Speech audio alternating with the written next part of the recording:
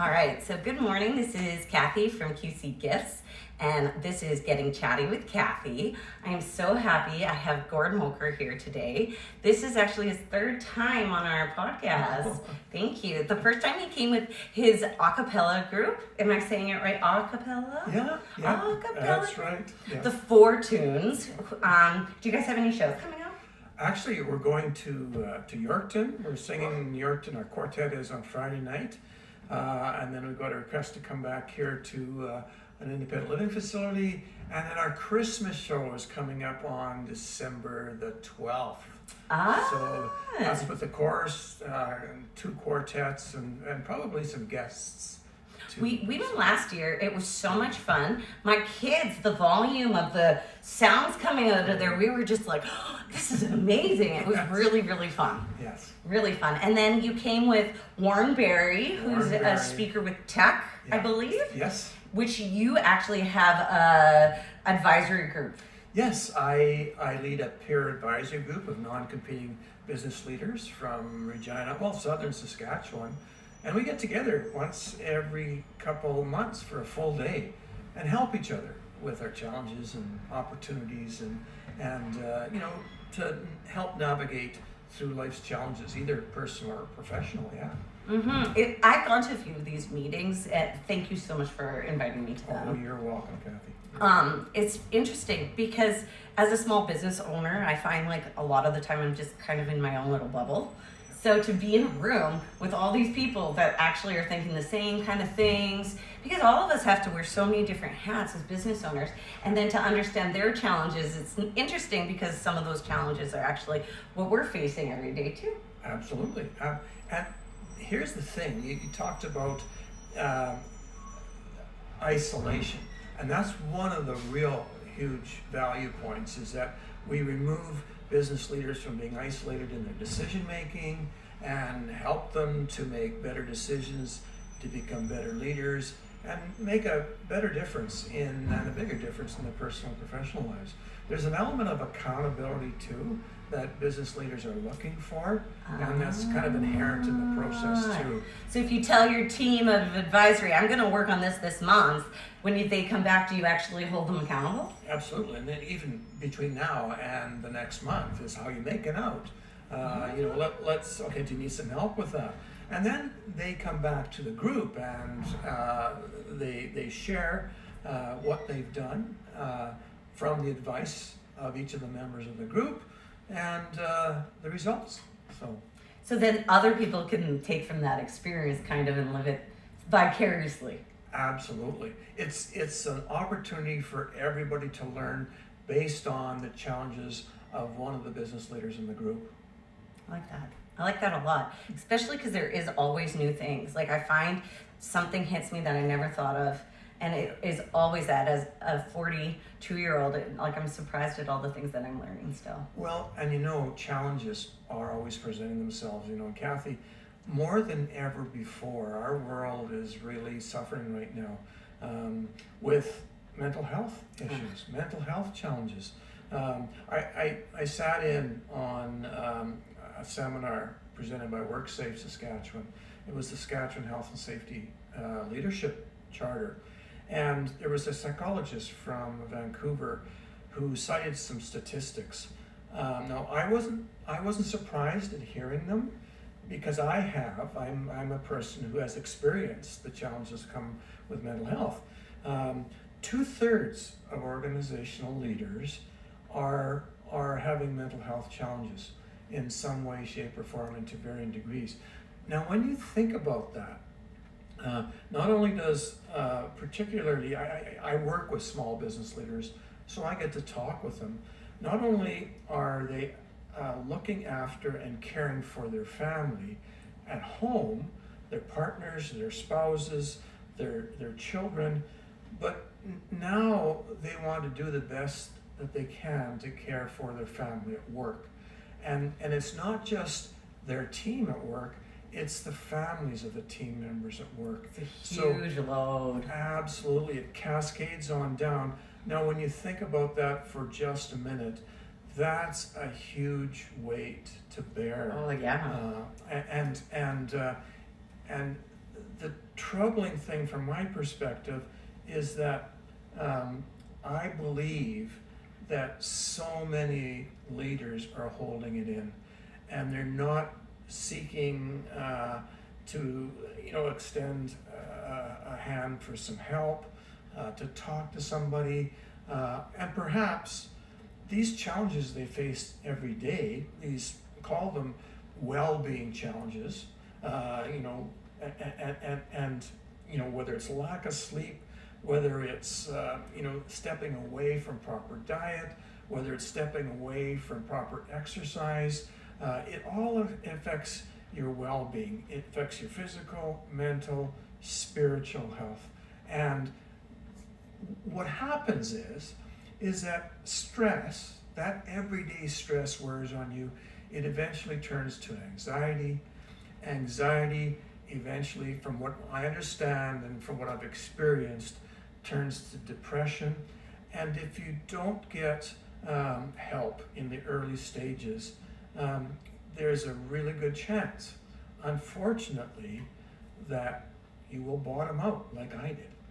I actually myself I experienced the exact same thing, and I completely agree that stress turns into that anxiety, that turns into that depression. And nowadays, if you go to a doctor, and try and help yourself, you got to be really careful because there's so many people in the system. I think that it's easy to just go in, get your medicine, but that's just like one tool. Absolutely, yes, one tool. And there's so many resources out there, and I'm learning more every day about the resources that are out there, and I'm drawn to articles around mental health, of course, because I want to learn more, just for the sake of having an opportunity to sit down with others who I kind of recognize, maybe having some challenges in their lives. And I become astute to that because I know the signs and the indicators. You can feel it. You can feel it. And when you ask a person how you're doing, and they say, well, not too bad, I say, how are you doing? And I just wait. And more often than not, people, I guess one of the things that has really been apparent to me is that it is so important now, having gone through what I did, and it's not just me, and I have so much respect for my beautiful wife Val and our kids Alex and Naomi, because through their patience and through their guidance, I was able to reach out, and with their nudging, and start to seek some of those resources. And one of the resources, well, two that I always think about and am grateful for are my family physician and my pharmacist. My family physician, she listened. She was not judgmental in any way. And after I told her what I was going through and how much time I had been going through it, it was a 4 to 6 month steady decrease in my well-being. She said, you know what, this is more than an occasion where you get depressed and you can work yourself out of it. And I had those probably 3 or 4 times in my life where the stress becomes too much to bear, and you hit a bit of a bump in the road, not a bump in the road as much as a dip in the road, and but eventually, with help, as long as you're willing to reach out, that's the key. Yeah, you gotta tell people what's going on. Absolutely, vulnerability. It's okay to be not okay. You know what? If you are okay these days, there's almost something wrong with you, because there's been so much going on, so many changes from technology, changes because of COVID, changes of so many things. how could we not have this sense of like, oh, you know, like it's, Yes. and we should talk about it so that we all feel okay about it. It's an absolute need that we talk about it. Now, I'm going to go back. I'm 67. A young 67. Yeah, oh, Very absolutely, young. absolutely. So now I grew up in small town Saskatchewan, and when I looked at the years of my life, I've come to realize, and I didn't realize this till lately, that I believe strongly that my dad struggled with depression, and my grandfather, his father, struggled with depression. Now back then, they would medicate, and they would medicate with alcohol, but that was the norm, and that's how they coped. Life would not have been easy way back then. I would have wanted to drink probably a lot. Yes, because there was a lack of knowledge and lack of resources. But today, you know, I had a discussion amongst our group of Tech Canada chairs, and I asked the question. I said, we expect our members to be vulnerable because the only way we can go deep into the root of their challenges is to have them bare their soul. Yeah. And we have those moments in our tech group. And we're going to have more of those. They're going to be emotional, but you know, when we get through them together, and that's the thing, together, there's going to be some happiness and there's going to be some well-being, and together we will help each other get out of that rut. So I asked that question. If we expect our members to be vulnerable, shouldn't we be vulnerable? Shouldn't we lead by being vulnerable? And the response that one of the chairs said, well, to a degree. Otherwise we'll appear weak. And I didn't respond to that. In my mind, I said, okay, I disagree with that. I respect your opinion. Takes but strength that's now to show weakness. Well, yes, but I feel that today's two things that are critical to today's leaders. One is to be vulnerable, to show your vulnerability, because that in turn allows members of your family, members of your working team, members of their families to be vulnerable. And once you're able to be vulnerable, what I've experienced are some wonderful things happen. And growth. And growth, yes, yes. The second thing is empathy. Ugh. You know, and I would say empathy and patience from those who love a person who is struggling with mental health challenges. Please, please, please be patient. It could take months, it could take a year, but with your help and your support and your patience, that individual who you love will be able to get through it. The other thing is, some of the things that are said with all good intentions, something like, you know, how are you doing? And well, I'm not doing too good. Oh, he'll get over it. You know what? Or things like that with good intentions.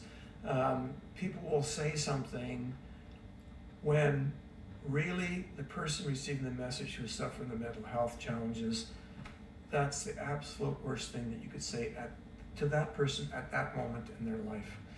You know what the best thing I found was when a friend would say, look to me, and he said to me, I can't imagine what you're going through. And that felt good. And then how can I help? Wow. Could we go for coffee? I'd love to talk to you. You know, just listen and please don't try and judge. I mean, in our lives, it seems that we've grown into judgment. It's a natural thing. But we need to step away from that right There's now. gray. I think what you're judging is we're always like right or wrong. I feel like we're polarized all the time. And there is a middle ground in all of this. And sometimes you're going to have a day where you feel like shit and you don't want to like get out of bed. But Yeah. if you lean on those tools and like the supports around you, which are community, which can Yes. be a group, which could be your family, and being vulnerable and being like, you know what, I'm having a shitty day, my anxiety's at a 10. Yes. And so that yes. the people around you can at least have that space to be empathetic. I think Yes. that is like a really key thing, especially in those like family units. Yes. You know, this is and family and friends. So this was about, it would have been about 10 years ago. I had gone through a bit of a dip. And it was nothing like I'd experienced 2 years ago. But it was a bit of a dip, and I had given a presentation, and I knew that I wasn't myself. And I knew, I mean, you know that. I mean, when you're down in the depths of despair, like you are with depression, you feel that none of the decisions you make are right. You feel that what you've said is the wrong thing. Nothing seems to go right. And it was after one of these presentations that I reached out to a friend, and she came into my office, and I just said to her, I just wanted to share something with you. I said, you know, I'm not myself, and what you saw the other day, I said, I just wanted to explain why. And so I told her what I was going through. And you know, she listened, and once I was through, she said, I've been through it too. I have a pretty good idea what you are feeling. And Empathy. yes. And I at that point it was like, wow. Like, and she was a person I looked up to, I respected. She was a leader in the community. I would have never known. But she explained the time, and it was like, wow. And you know what she did? She says, you know what? You're going to get through this. And for the next month or so, she texts me. Checking. How are you doing? How are you doing? And we get together for coffee. And you know what? I love her. Not in that way, but I love her. it. I love her. You know, and she'll always be in my heart all the time. Just some empathy and listening. Absolutely. And interesting, but I believe we're led on a journey, right? You and I believe that. Oh yes, Yeah. we've had lots of signs. Yes. And we've experienced lots together, Kathy, which is really kind of cool. Love it. But you know, it was about not too long ago. It was about six months or so ago. I was led to, you know, guys, and we'd sit down and have a coffee, and before you'd know it, we'd start talking, and we'd start sharing, and in a course of about 3 or 4 months, we'd meet in person.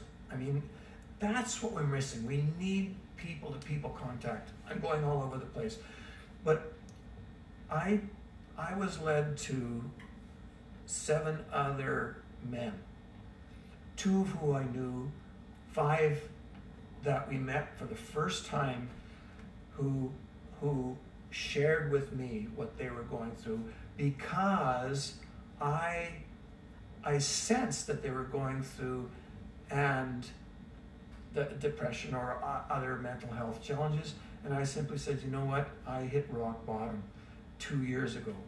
I couldn't get out of bed lots of days. I would avoid everything and everybody.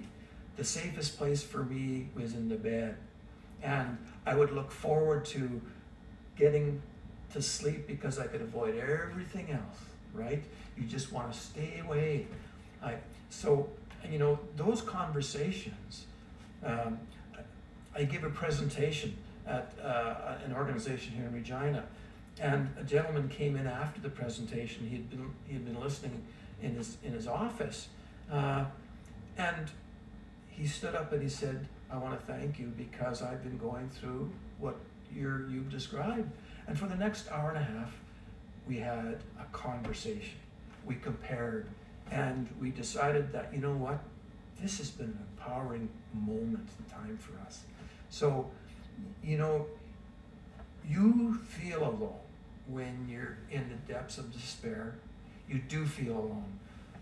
But logically, you need to know that you're not alone. Yeah. And that there's somebody very close to you. As long as you extend a hand for somebody, to somebody, that somebody will come to you. And so will others, naturally. Thank you for sharing that story with us today, Gord. You're welcome, Kathy. And if anybody wants to join, do you guys have a time or a place that people could come by? Well, Would like to invite others? yeah, well, there are now 9 or 10 men, various ages, from various backgrounds. We get together once a month, and I think it's the second Wednesday of every month. And absolutely, if anybody would be interested, please don't hesitate to give me a call. My cell is 306-527-8736, and come along. We have a sharing circle. You know, we simply share what we're going through, what we're feeling, our challenges, our successes, and I think we're going to get into more information sharing. So that you know, if we can all become wiser, we can spread that information and supports to others in our network. Well, you know what? Sometimes through the darkest times, you can find sometimes the brightest, most beautiful things. Absolutely, Kathy. Absolutely. And you know, after all was said and done, I look back and I look at the time that I was in the depths of despair as a gift. Yes. I do, and I'm grateful for that, because if I hadn't gone through that, I wouldn't have been led to you know, this. I know. Yes. You're in those moments, you don't even get it, and then No. when you can have the time Yeah, to look back, it can be a really empowering thing. it can be, absolutely.